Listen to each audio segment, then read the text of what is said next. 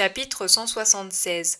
Pendant la pause du sabbat, le dernier sermon sur la montagne. Aimer la volonté de Dieu. Le 1er juin 1945. Jésus pendant la nuit s'est un peu éloigné en remontant plus haut sur la montagne, de sorte que l'aurore le fait voir debout sur un escarpement. Pierre, qui l'aperçoit, l'indique à ses compagnons, et ils montent vers lui.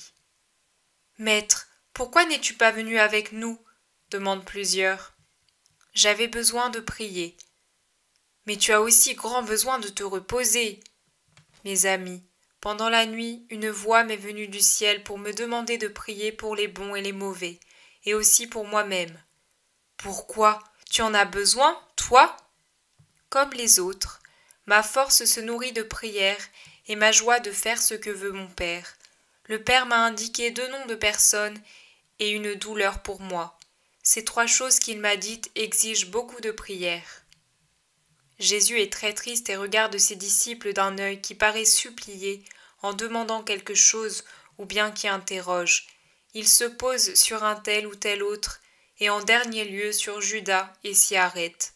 L'apôtre le remarque et demande « Pourquoi me regardes-tu ainsi ?» Ce n'est pas toi que je voyais, mon œil contemplait autre chose. Quoi donc ?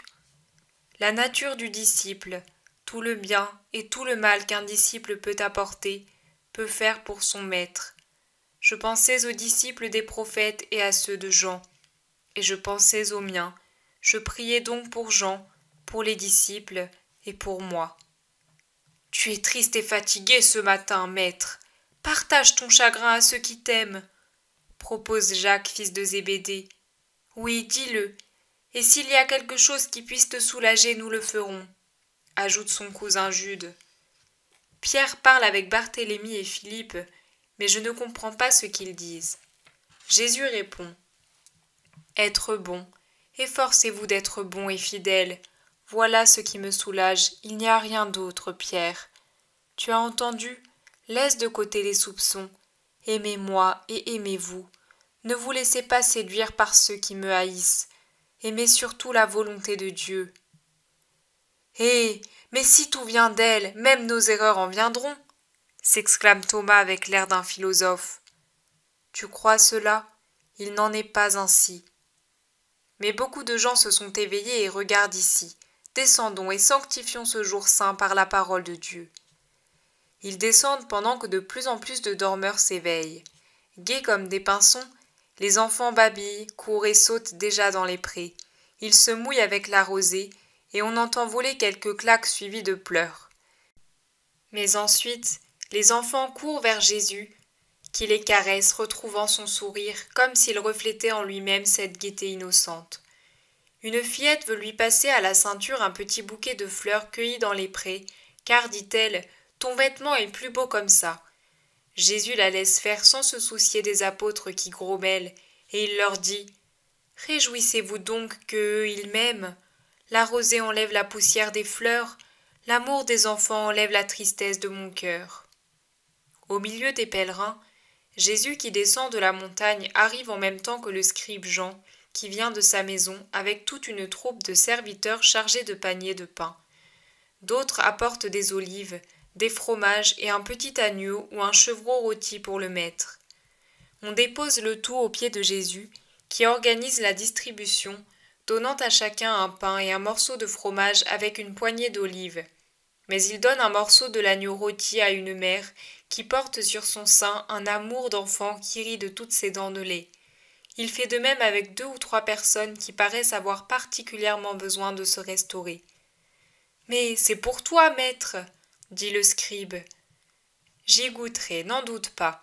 Mais vois-tu, le fait que plusieurs profitent de ta bonté me rend ce repas encore plus délicieux. » La distribution se termine, et les gens grignotent leur pain, en réservant pour les autres heures.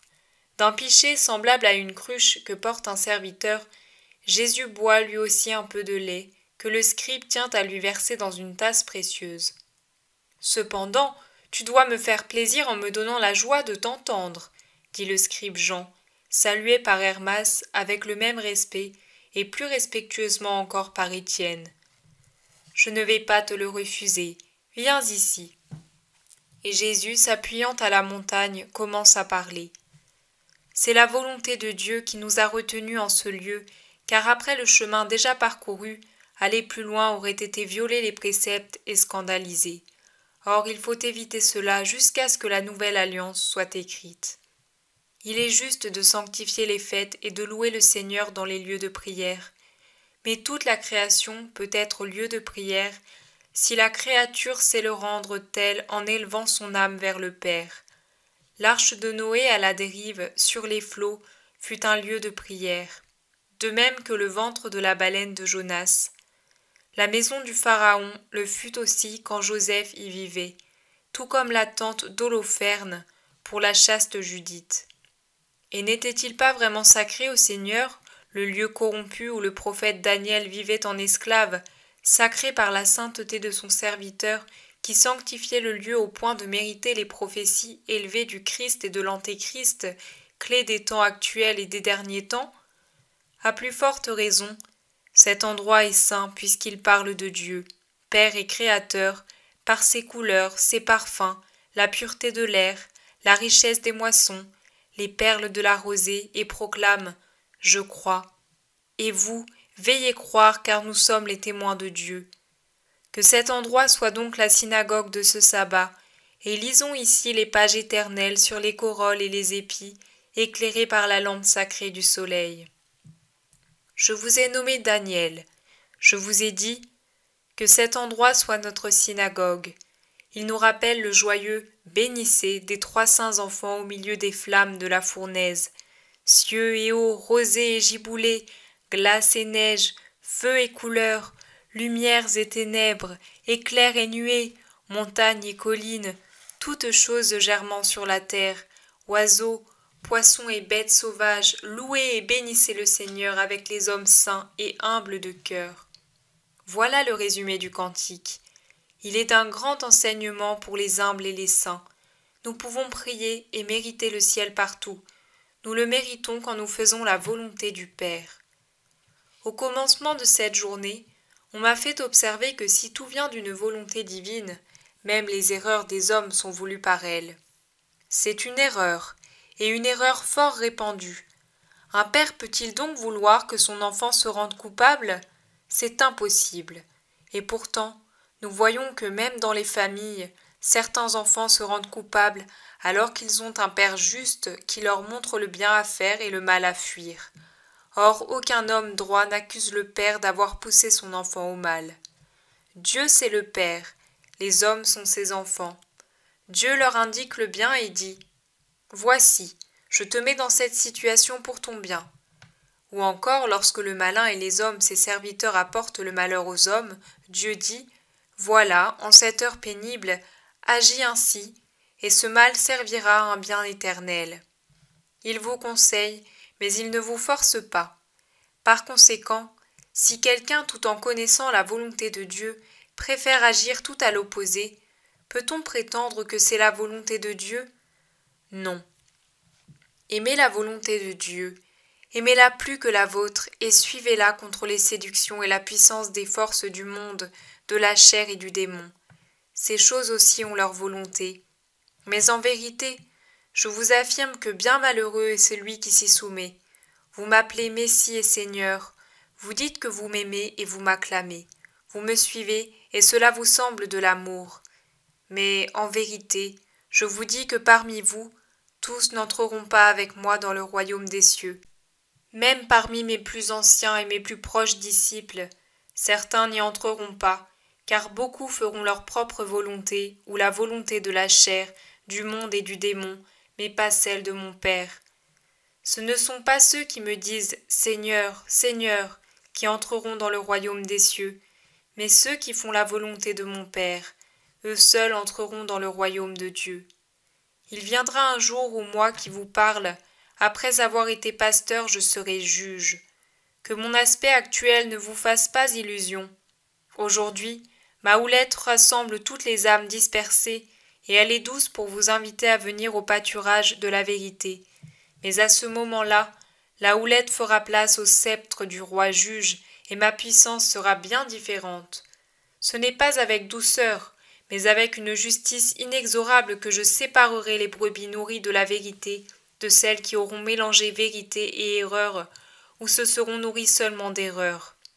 Je tiendrai ce rôle une première fois, puis une seconde, et malheur à ceux qui, entre la première et la seconde comparution devant le juge, ne se seront pas purifiés, ne pourront pas se débarrasser du poison. La troisième catégorie ne se purifiera pas. Aucune peine ne pourrait la revivifier. Elle n'a voulu que l'erreur et restera dans l'erreur. Et pourtant, il s'en trouvera parmi eux pour gémir. Comment, Seigneur? N'avons-nous pas prophétisé en ton nom, chassé les démons en ton nom, et accompli en ton nom de nombreux miracles? Alors je leur répondrai très clairement. Oui, vous avez osé vous revêtir de mon nom pour paraître ce que vous n'êtes pas. Vous avez voulu faire passer votre satanisme pour la vie en Jésus, mais le fruit de vos œuvres vous accuse. Où sont ceux que vous avez sauvés? Vos prophéties, où se sont-elles accomplies? Vos exorcismes, à quoi ont-ils servi? Vos prodiges, quels complices ont-ils eus? Ah, il est bien puissant, mon ennemi, mais il ne l'est pas plus que moi. Il vous a aidé, mais pour obtenir une plus grande proie, et par vos œuvres, le cercle de ceux qui sont tombés dans l'hérésie s'est élargi.